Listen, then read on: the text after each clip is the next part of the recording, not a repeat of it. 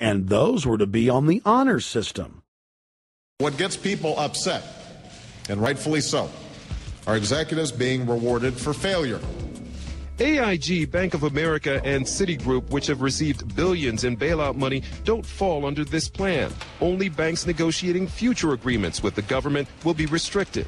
But this appears to be built on an honor system, and White House Press Secretary Robert Gibbs had a hard time explaining how enforcement would work. Well, let me get, I will get clarification from Treasury on that. Generally speaking, this is already the biggest liar and the biggest disappointment that we've seen in recent history. And again, qualitatively beyond the rather low standards set by Bush the Elder and Clinton in terms of delivering on promises. Bottom line, Obama is a fantastic actor and an even better liar. His track record is clear. He has done the opposite of everything he told the people he would do. They'll make up one lie after another.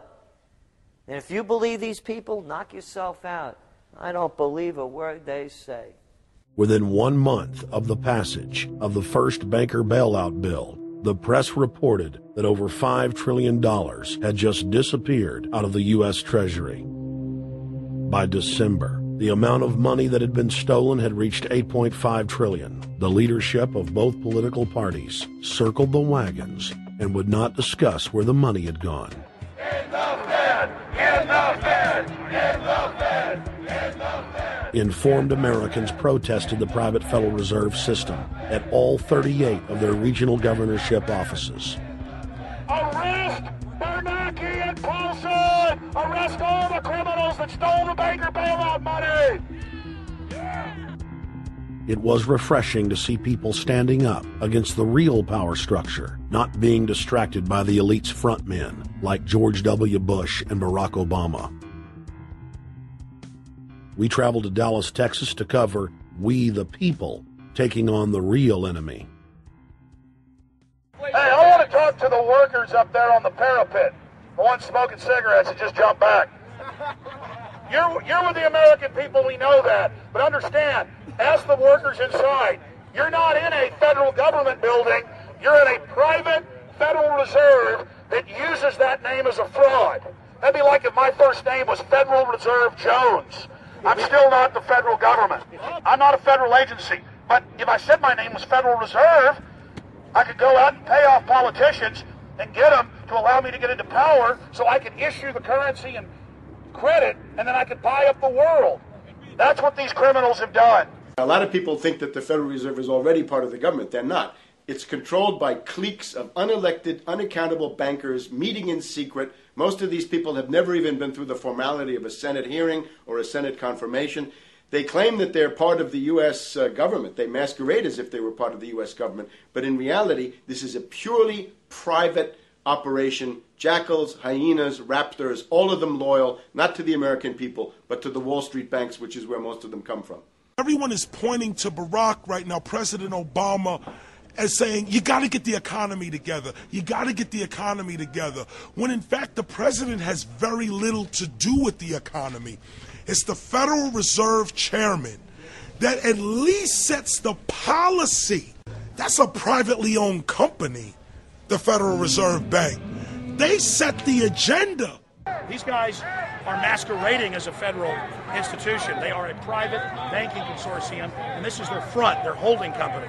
The Federal Reserve is not federal. It's a front for a private banking cartel. That's on record in congressional testimony, and they're the ones orchestrating the economic collapse we're seeing right now, so that's why we're here.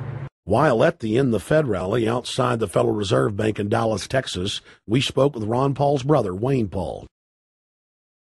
1913, the Federal Reserve Act was passed, floor of the House, where 3 members of Congress were on the floor. At that time, they only needed a majority of votes to pass it. So in 1913, the Federal Reserve Act was passed. 20 years later, 1933, under Roosevelt, the United States was declared bankrupt. And in 1933, the Federal Reserve Private Bank says, okay, USA, what are you going to pledge as collateral on the debt you owe me? What happened by 1936? Does anybody know? We instituted Social Security system, and you and I and our children and our children's children were pledged as collateral on the debt of our government to the Federal Reserve. And that's where we're at today. It took 20 years to make this country bankrupt, and since then, our government has operated under emergency powers of our government. It is not the president that makes the decision in this country. It's the Secretary of Treasury who turns around and is put in there by the Federal Reserve to manage the bankruptcy. We've been in bankruptcy ever since. So to print $700 billion and to give it away, how do they get away with it? The manager of the bankruptcy is told by the Federal Reserve this is the way to go. That's where we're at today. Yes, we should point out, Congressman Ron Paul now has a huge amount of sponsors for a bill in the House of Representatives to abolish the private Federal Reserve crime syndicate. In 1913, the money power of the country was taken away from the people. By constitutional privilege, it belongs with the Congress, but it was given up in the Federal Reserve Act. The Federal Reserve is no more federal than Federal Express, but yet it has the power to determine the direction of use of money in our economy. If we could take that power back and put the Federal Reserve under Treasury, we start to be in a position of being able to control monetary policy on behalf of the United States people. The Federal Reserve is totally private, and Ellen Greenspan 2 weeks ago on PBS on Lair NewsHour said on record that they are above the law, the Congress, the President, everyone. No court can do anything. We run America. What is the proper relationship, what should be the proper relationship between a chairman of the Fed and a president of the United States? Well, first of all, the Federal Reserve is an independent agency, and that means basically that there is no other agency of government which can overrule actions that we take. So long as that is in place and there is no evidence that the administration or the Congress or anybody else is requesting that we do things other than what we think is the appropriate thing, then what the relationships are don't frankly matter. Notice what Greenspan is saying. Greenspan is saying the Federal Reserve is beyond the law. And in reality, they are, in practice, beyond the law. Nobody, as far as I know, has ever audited the Federal Reserve. One of the first things we ought to do when we nationalize the Fed is go in there and find out the audit. Who stole money? Who engaged in corruption? There's a whole series of people going back to Volcker, to Greenspan, to Bernanke, and so forth. Think of the arrogance of private group of banks that have bankrupted the nation by design so they can repo the country. A private group of banks that loaned us our own money back are telling us they're above the law. You are not above the law, criminals. No one is above the law.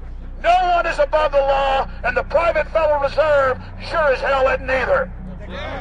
Since the founding of the Federal Reserve back under Woodrow Wilson, the Federal Reserve has struck out 3 times. They didn't stop the crash of 1929. They didn't stop the banking panic of 1932, 1933. And now they are the cause of the derivatives crisis because they're the ones who inflicted derivatives on the world with Alan Greenspan. Instead of our economy being about goods and services and real products and manufacturing, it's all about these guys, the private Federal Reserve that masquerades as a government entity who controls the issuance of currency and credit.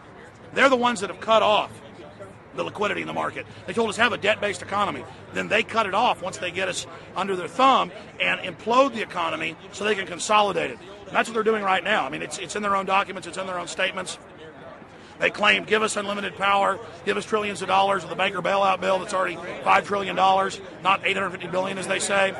And we'll get the economy going. But they're hoarding the money and buying up other banks that aren't part of the Federal Reserve, buying up insurance companies, buying up roads, infrastructures, media empires, defense contractors. What the banks do is they implode an economy by cutting off credit.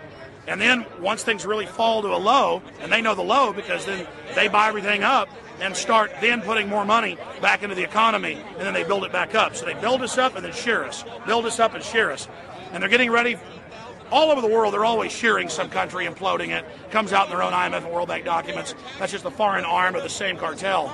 And these are the people who claim to be the saviors of the economy, the people who have created every important crisis in the past 100 years, the Federal Reserve. So it's illegal, it's unconstitutional, and it's a failure. And I think the failure is what everybody can see right now.